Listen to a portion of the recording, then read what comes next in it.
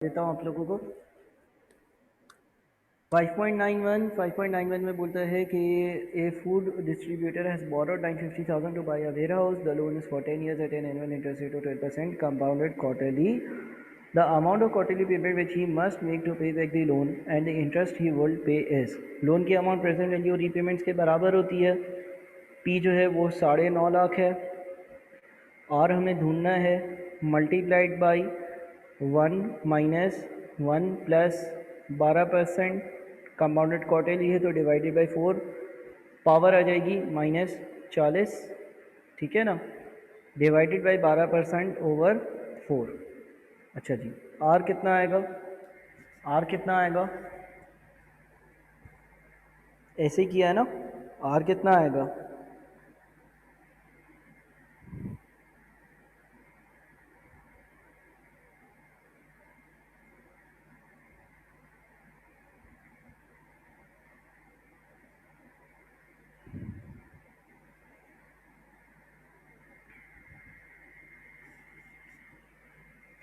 41099।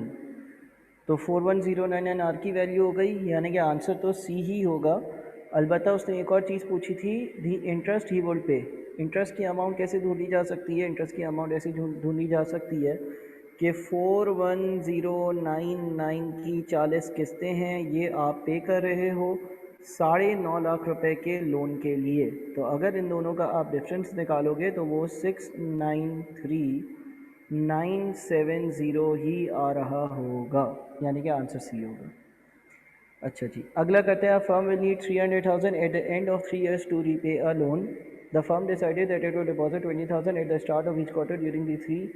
अच्छा, ये वाला सवाल जो है 2 मिनट के लिए हम होल्ड करते हैं। ये सवाल जो है आप लोगों में से बहुत सारे लोगों को इसमें शायद मुश्किल हो रही हो। 939495 जल्दी से निपटाते हैं, फिर 92 पर दोबारा से आते हैं। 95 देख लेते हैं। An equipment is bought for 2000 as down payment and a monthly installment of 400 each for 1 year. If money is worth 12% compounded monthly, what is the cash price of the equipment? एक इक्विपमेंट आपने ख़रीदी है और उस equipment को ख़रीदने के लिए आपने जो डाउन पेमेंट पे करी है वो डाउन पेमेंट 2,000 रुपये है और इसके अलावा माहाना 400 रुपये की किस्तें हैं 1 साल के लिए। ये पहले साल है। हर साल जो है वो हर महीने 400 रुपये पे हो रहे हैं, हर महीने 400 रुपये पे हो रहे हैं, हर महीने 400 रुपये पे हो रहे हैं, ठीक है ना। और रेट जो दिया हुआ है ना वो दिया हुआ है 12%, if money is worth 12% compounded monthly, ठीक है ना, ऐसा ही है ना। And monthly sort of 400 each for 1 year and money what is the cash price. तो क्या होगा कैश प्राइस में? क्या होता है कैश प्राइस? होती है डाउन पेमेंट प्लस लोन की अमाउंट, और इसको हम ऐसे भी लिख सकते हैं down payment plus present value of repayments.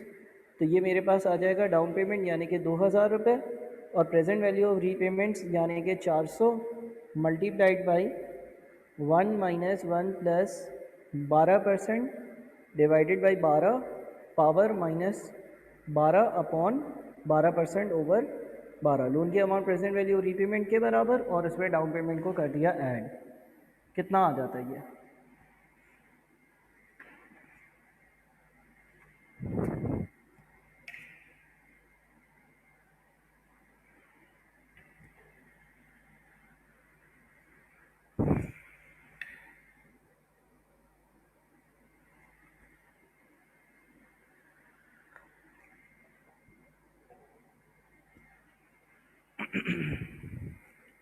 जल्दी से बता दो।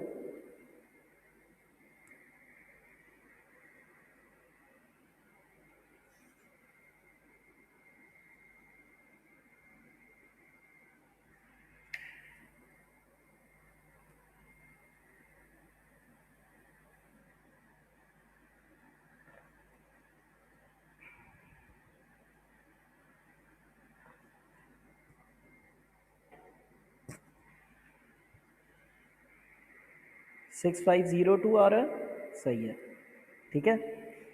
अच्छा जी, 5.94 करते हैं। To clear a debt, to clear a debt, एक उधार वापस करने के लिए अ पर्सन एग्रीज टू पे ₹1000 नाउ। एक उधार वापस करने के लिए, एक उधार वापस करने के लिए एक बंदा 1,000 रुपये आज पे करेगा, another 1,000 a year from now, एक और 1000 रुपये आज से 1 साल बाद पे करेगा, एंड अनदर 1000 इन 2 years, और एक और 1000 रुपये आज से 2 साल बाद पे करेगा। If the future payments are discounted at 8% compounded quarterly, what is the present value of these repayments?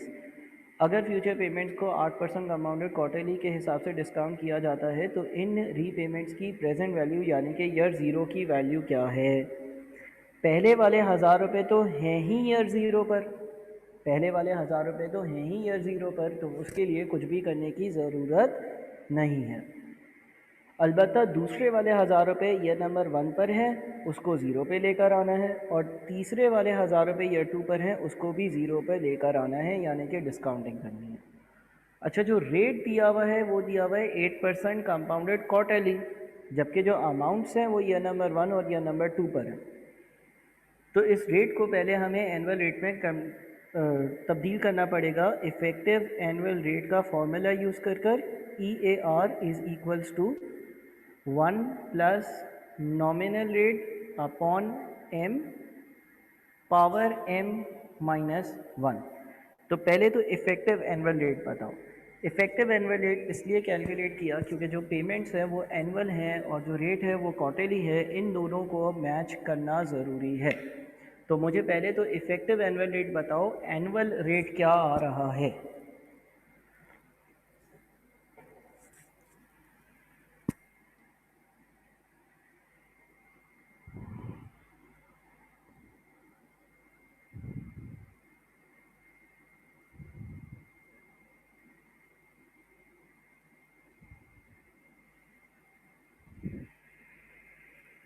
Effective annual rate क्या आ रहा है?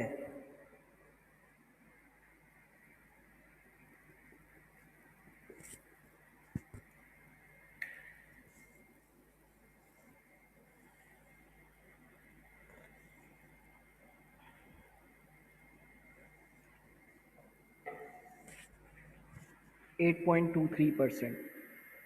ठीक है, अब आप अपना आंसर निकाल सकते हो। ईयर ज़ीरो वाले 1000 रुपये तो हैं ही ईयर ज़ीरो पर, ईयर 1 वाले 1000 रुपये जो हैं उनको एक साथ डिस्काउंट करना है, और ईयर नंबर 2 वाले जो 1000 रुपये हैं उनको 2 साल डिस्काउंट करना है।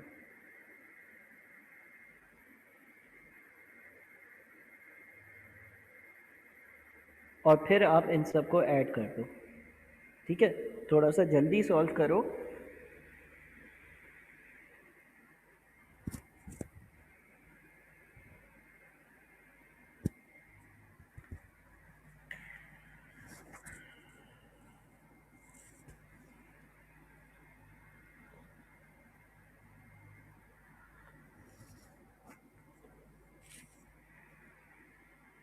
यानी कि 2777.41, क्या ये वैल्यू आ रही है?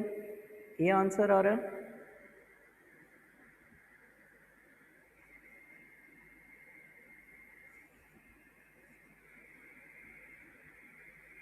ऐसा ही है, ये आंसर आ रहा है?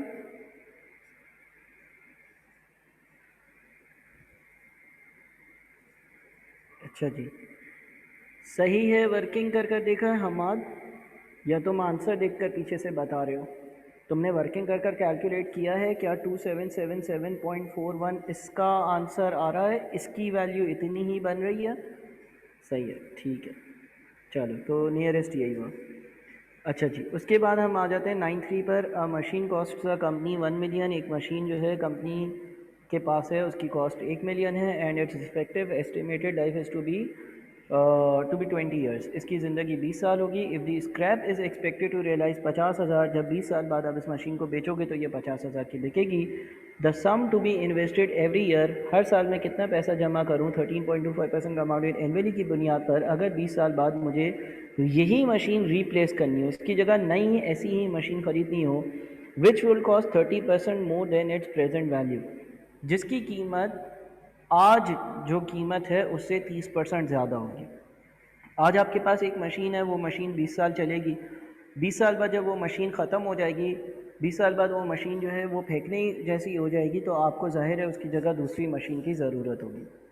ये वाली मशीन आप फेंकोगे, ये वाली मशीन फेंकोगे, आपको 50,000 रुपये मिलेंगे, आप कचरे में दे दोगे, रद्दी वाले को दे दोगे, बिल्कुल स्क्रैप के दाम दे दोगे।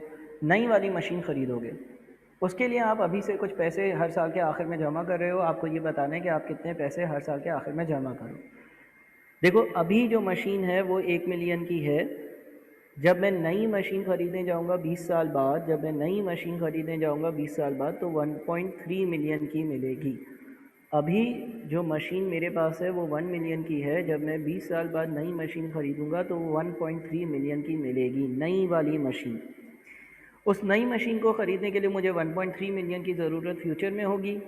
पिछली या पुरानी मशीन बेचकर 50,000 रुपये मुझे मिल जाएंगे, विच मीन्स कि मुझे मज़ीद 1,250,000 रुपीज़ की ज़रूरत होगी। कब? आज से 20 साल बाद।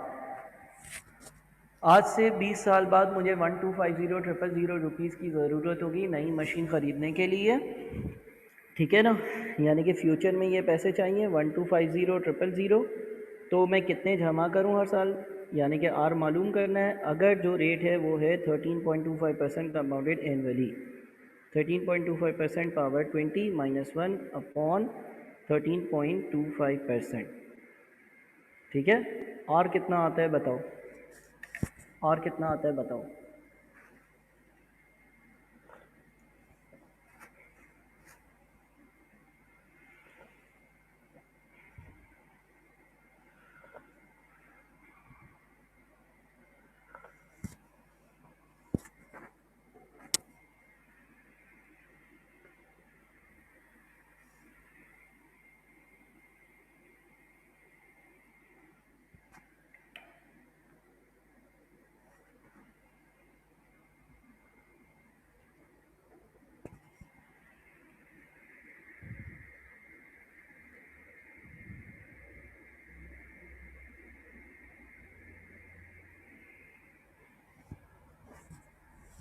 14,997, विच मीन्स के मेरा आंसर डी होगा।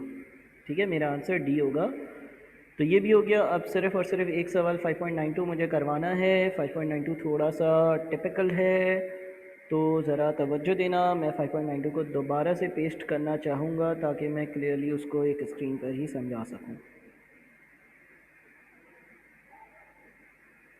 और सुमेरा, एक काम करो, ये सवाल मैं असल में पहले भी 2-3 बार आप लोगों को करवा चुका हूँ, ये पास पेपर्स में भी था। इसका लेक्चर एक बार रिकॉर्डेड देख लेना। कोई मसला होगा तो मुझसे सैटरडे को डिस्कस कर लेना। सैटरडे को भी हमारी क्लास होगी ना।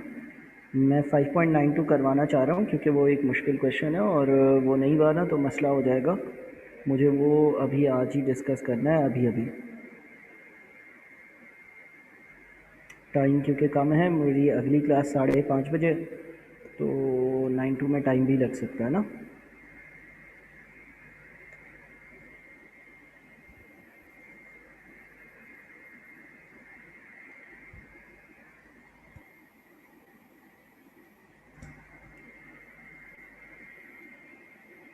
अच्छा जी, देखो इसमें क्या लिखा हुआ है। A firm will need 300,000 at the end of 3 years to repay a loan. एक कंपनी है, उस कंपनी को आज से 3 साल बाद, एक कंपनी है उसको आज से 3 साल बाद 3 लाख रुपए की ज़रूरत होगी लोन रीपे करने के लिए। एक कंपनी को आज से 3 साल बाद 3 लाख रुपए की ज़रूरत होगी लोन को रीपे करने के लिए।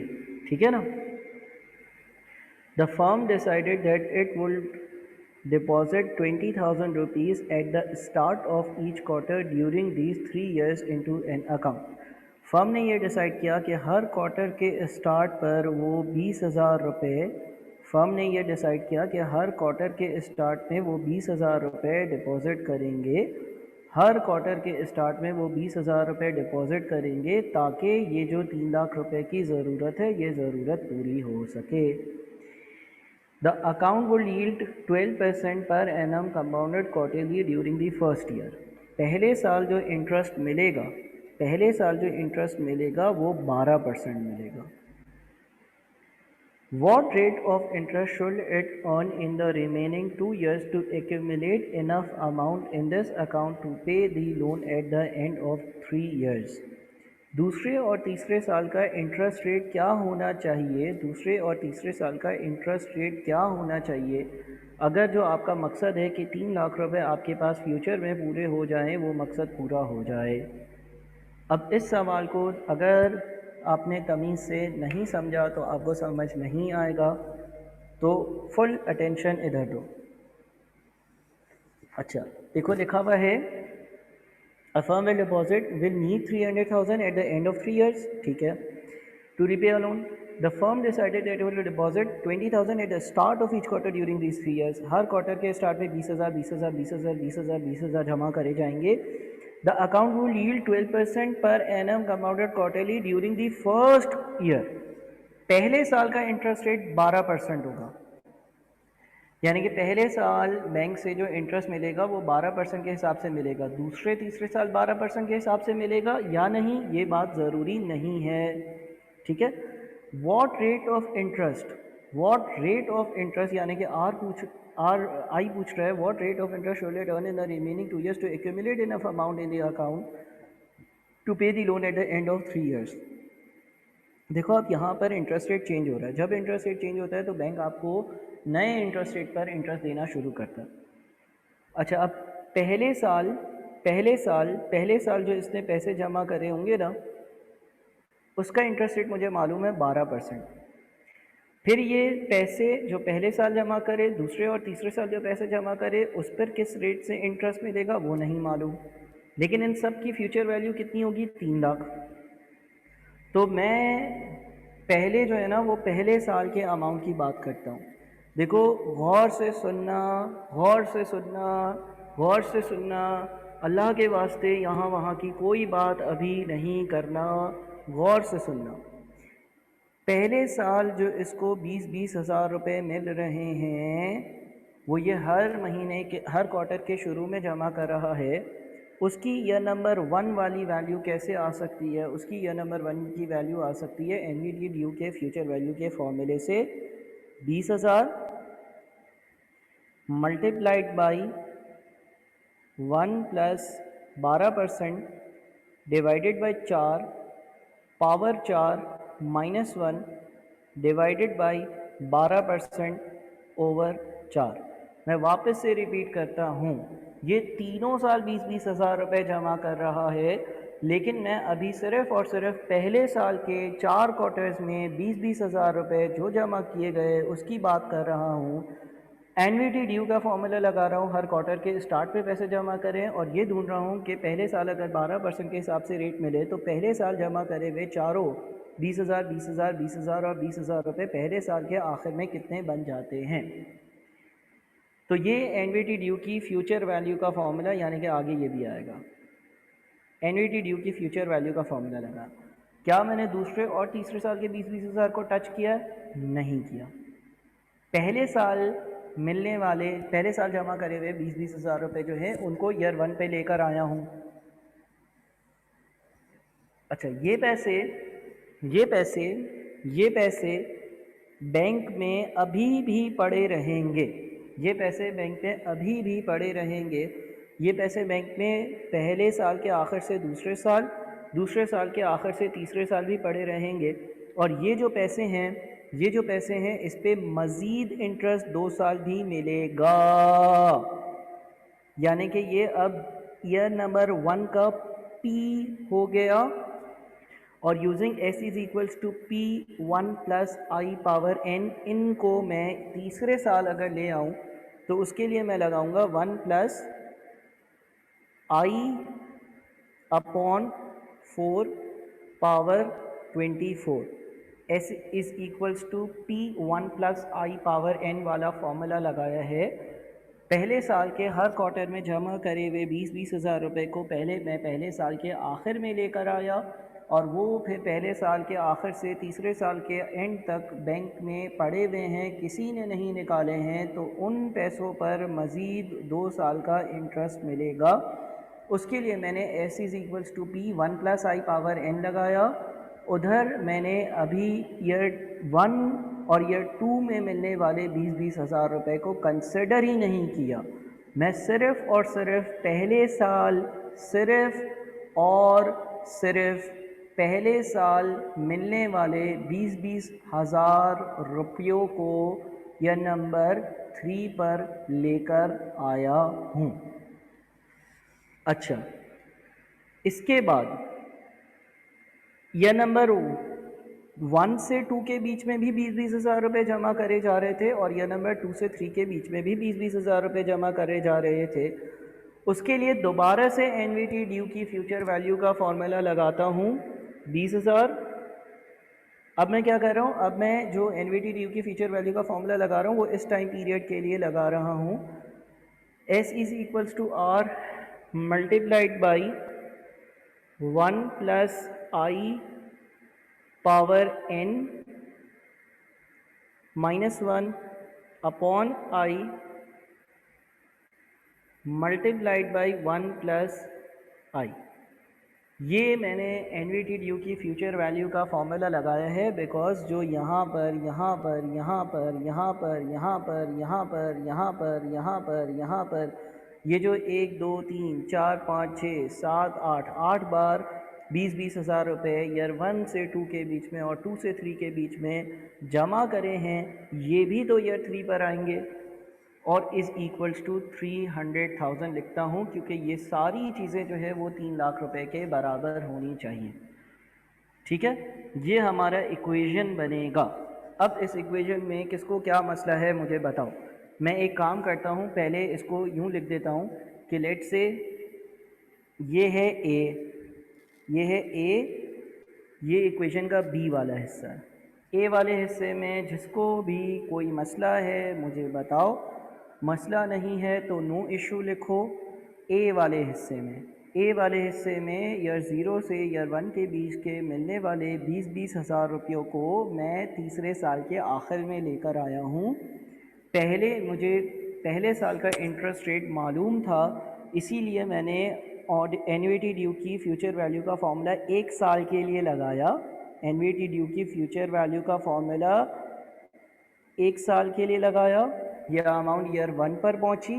ईयर 1 से ईयर 3 पर पहुंचाने के लिए फिर मैंने इस पूरे को P कंसिडर किया और P into 1 plus i power n का फॉर्मूला लगाकर और इसको तीसरे साल लेकर गया। यह नंबर 1 से 2 और 2 से 3 के बीच में जो 20-20 हज़ार रुपये चार बार यानी कि 8 बार टोटल जमा हो रहे थे, उसके लिए ये वाली चीज़ कंडीशन लगी और एंड में 3 लाख रुपए लगाया। उम्मीद है कि किसी को इसमें इशू नहीं है। अब देखो, इसको अगर आप कैलकुलेटर पर सॉल्व करोगे या इसको आप मैनुअली सॉल्व करोगे तो नहीं होगा सॉल्व, आपको काफ़ी मसले फेस करना पड़ेंगे। तो इसको सर कैसे हम करेंगे, आप करोगे ये कि आप जो है वो आंसर्स में से आंसर्स पिक करोगे 13.4% या 13.8% या 14.2% या 14.6% और बारी बारी आई की जगह पुट इन करोगे और देखोगे कि किस परसेंटेज पर उल्टे हाथ वाली चीज़ सीधे हाथ वाली चीज़ के बराबर हो जाती है।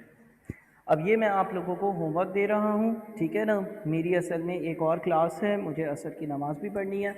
इंशाल्लाह इकबाल तुमसे मैं बात करूँगा, मैं संडे वाले दिन या फ्राइडे वाले दिन छुट्टी करूँगा तो तुमसे मैं बात कर लूँगा। हमाद, ये जो तुम्हारा सवाल है वो ज़रा टाइम टेबल पे देख लेना, शायद तुम लोगों की कल क्लास नहीं है, ठीक है। इकबाल, मैं तुमसे जो है वो फ्राइडे या संडे वाले दिन बात करूँगा। आज मैं बात नहीं कर सकूँगा बिकॉज मेरी बैक टू बैक जो है वो 5:30 से अब रात 10:30 तक क्लासेस हैं, ठीक है। और बच्चों, ये जो सवाल मैंने अभी स्क्रीन पर किया इसको दोबारा से देखकर इसको सॉल्व करें और इसकी भी रिकॉर्डिंग आप लोगों को मिल जाएगी।